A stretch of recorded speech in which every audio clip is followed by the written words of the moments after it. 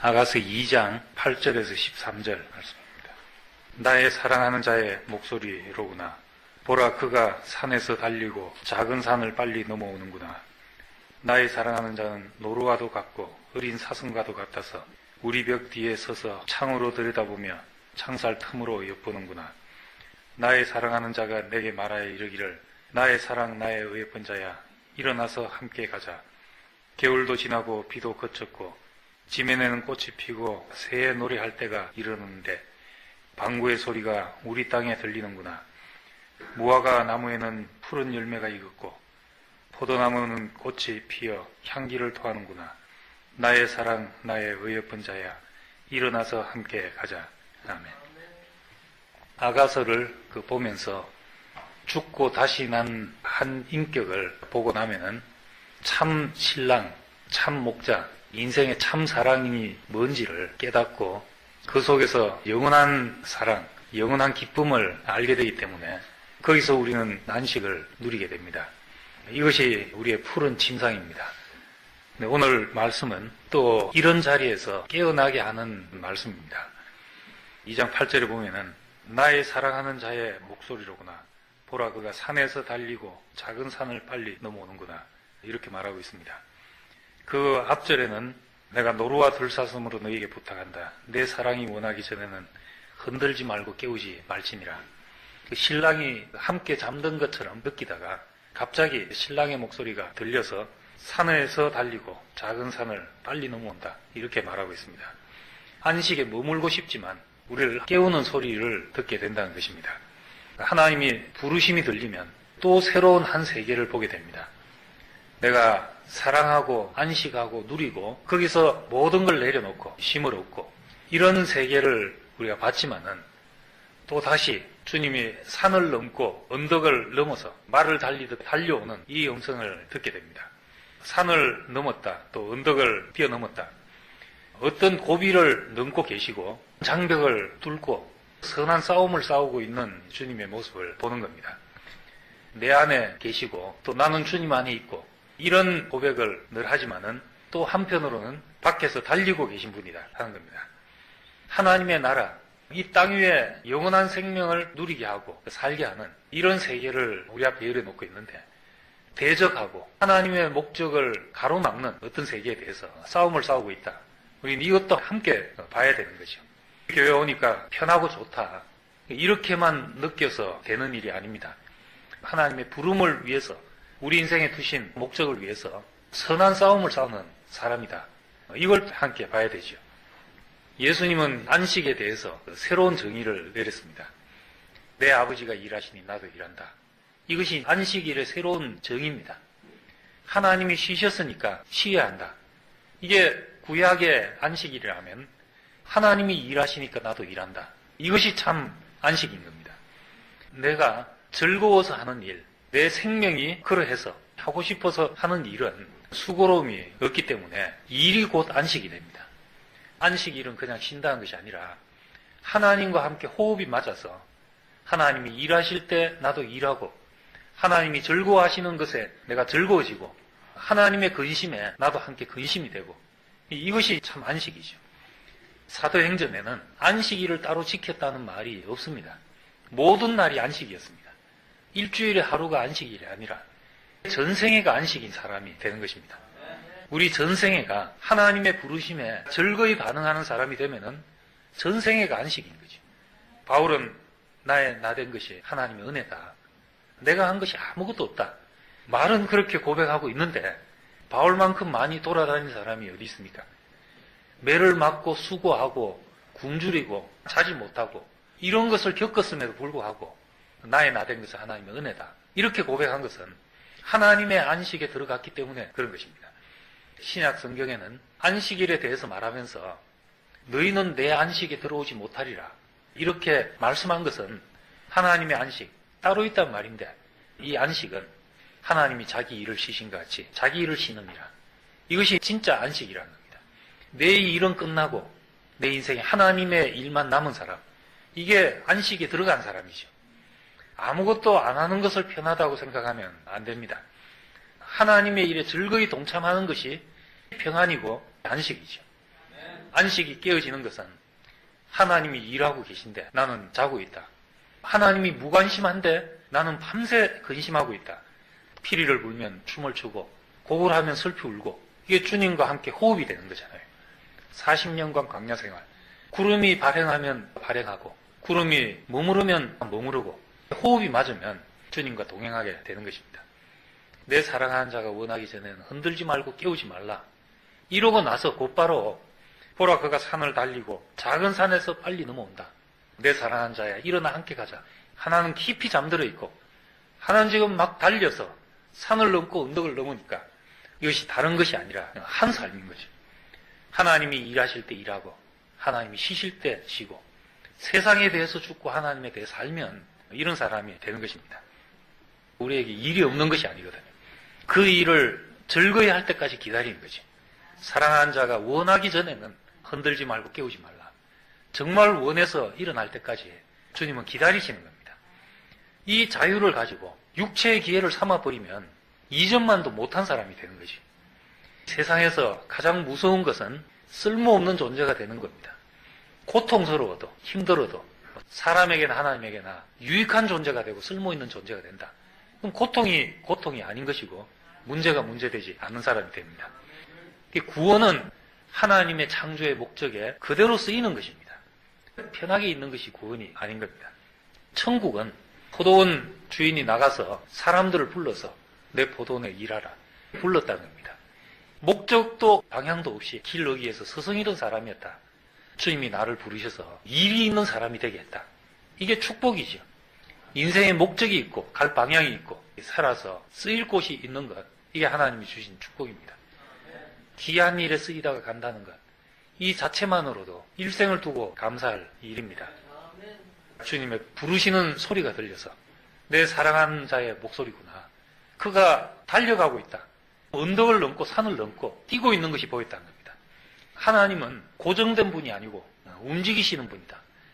하나님의 집인 성막도 텐트잖아요.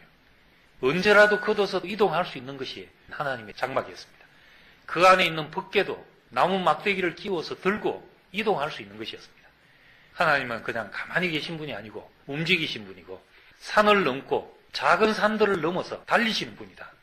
세상은 목적이 없어서 방황하는데 우린 목적이 있어서 이동해가는 사람입니다. 생명을 향해서 일어나서 달리는 것은 노동이 아니고 우리의 참 안식인 겁니다.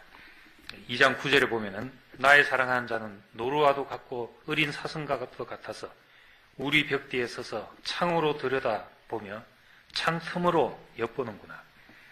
전에 영희 누님 포크너에 사슴이 많더라고요. 추울 때가 되면 먹이를 찾아서 사람 집으로 기우도 오거든요. 가까이 가도 도망을 안 가고 무서워서 발을 떨면서도 먹을 게 있나 하고 들여다보는데 이렇게 창살 틈으로 엿보는 사슴이 있었는지 모르겠어요. 우리가 경험 안에서 이 말씀을 아는 것은 마치 창살 틈으로 빛이 들어오는 것처럼 말씀이 그렇게 들린다는 겁니다. 하나님의 영원한 말씀이 한 번이라도 들리게 되면은 그때는 이 자리를 떠날 수 없는 사람이 되는 겁니다. 히브리서에 그런 말이 있잖아요. 한 번 비침을 받고 영원한 생명을 맛보고 나서 다시 타락하는 자는 회개키가 어렵다. 이런 말씀이 있는데 뭔가 본 것이 있기 때문에 세상을 가도 다른 것으로는 만족이 되지 않는 겁니다. 한 번 비침을 받으면 우리 속에 깊이 새겨서서 마치 하나님의 장중에 붙잡힌 사람처럼 되는 겁니다. 창살 틈으로 우리를 엿보고 계신다. 그가 보시는 시야, 이게 하나님 말씀이잖아요. 하나님의 말씀은 하나님이 보시는 눈인 겁니다. 그 시야로 세상을 보는 겁니다. 하나님이 우리를 창살 틈으로 엿보신다는 것은 말씀으로 우리에게 찾아오는 겁니다. 창살 틈으로 들어오는 한 줄기 빛처럼, 한 줄기 조각구름처럼 나에게 부딪혀 올 때 그것이 주의 말씀을 듣는 것이고 그때는 우리가 잠에서 깨어나게 되는 겁니다. 2장 10절에 나의 사랑하는 자가 내게 말해 이르기를 나의 사랑 나의 의쁜 자야 일어나 함께 가자. 먼저는 그의 사랑 안에 부르셔서 깊은 사랑 안에 빠지게 하시고 그때 우리에게 들려온 말씀은 일어나 함께 가자. 이 말씀이 들린 겁니다. 주님의 필요 안에 당신의 쓰심 안에 우리가 살아있는 삶을 다시 살아야 되는 거죠. 11절에 겨울도 지나고 비도 그쳤다. 겨울은 고난을 상징하는데 우리의 고난과 문제와 모든 것이 다 지나갔다. 물론 봄이 오면 겨울이 지나가고 문제가 사라지면 안식에 이르지만은 내 문제가 끝나는 것은 내가 다른 문제를 가지고 살아가는 사람이 될 때 내 문제에서 떠나게 되는 겁니다. 잠언에 있는 말씀처럼 지혜로운 사람은 위로 향한 길로 말미암아 음부를 떠나느니라. 하나님에 대해 살아있는 인생이 보였다. 이러면 내 문제로 사는 것은 아무것도 아닌 것이구나. 이렇게 깨닫게 되는 겁니다. 이 다른 부르심이 들려야지만 옛 세계에서 떠나게 되는 거죠.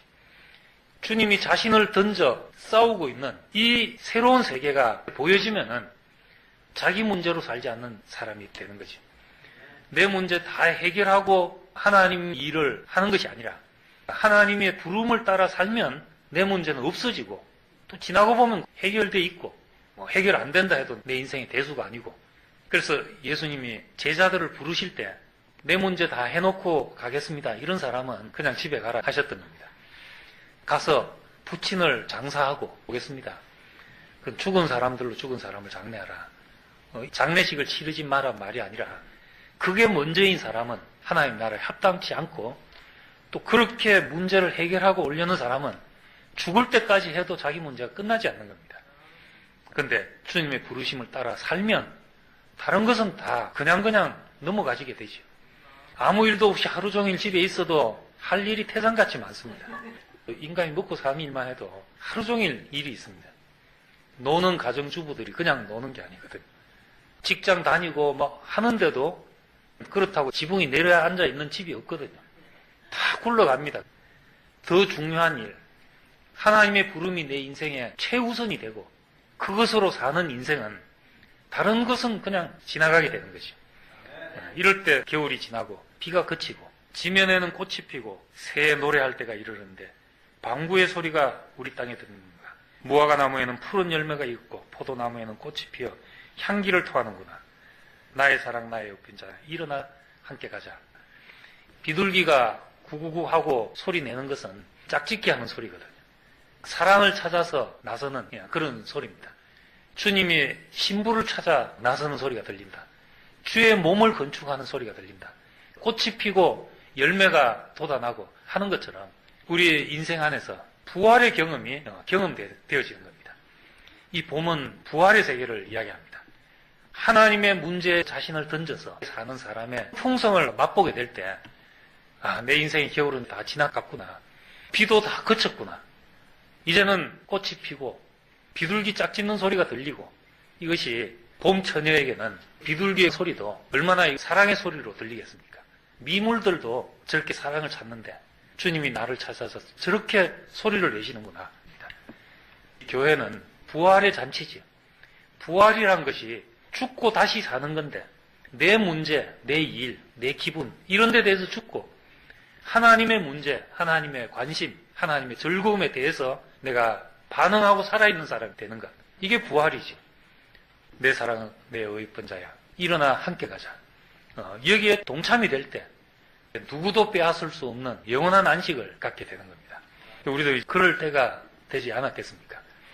그동안 내 사랑하는 자가 원하기 전에는 흔들지 말고 깨우지 말라 하시다가 창살 틈으로 들려오는 소리가 들려서 하나님의 경륜에 동참하고 교회의 흐름에 동참해서 구체적으로 쓰이는 인생이 된다는 것, 할 일 있는 인생이 된다는 것, 이 자리 안에서 부활의 풍성을 누리게 되길 원합니다. 기도드리겠습니다. 주님, 우리를 당신의 사랑과 깊은 안식 가운데 부르시고 다시 우리를 당신이 일에 동참하도록 부르시는 것을 감사드립니다. 나의 사랑 나의 옆인 자야 일어나 함께 가자 하시는 말씀처럼 우리가 당신의 사역에 동참케 되기를 원합니다. 우리는 갈 바를 모르고 일 없이 방향 없이 기러기를 서성이던 사람이었는데 이제 당신의 추수에 동참한 사람이 되어서 이 풍성을 누리게 되기를 원합니다. 꽃이 피고 열매가 있고 새들의 소리가 들리는 이 부활의 잔치 안에 우리 인생이 그 깊이 누려지기를 원합니다. 예수님 이름으로 기도드립니다. 아멘.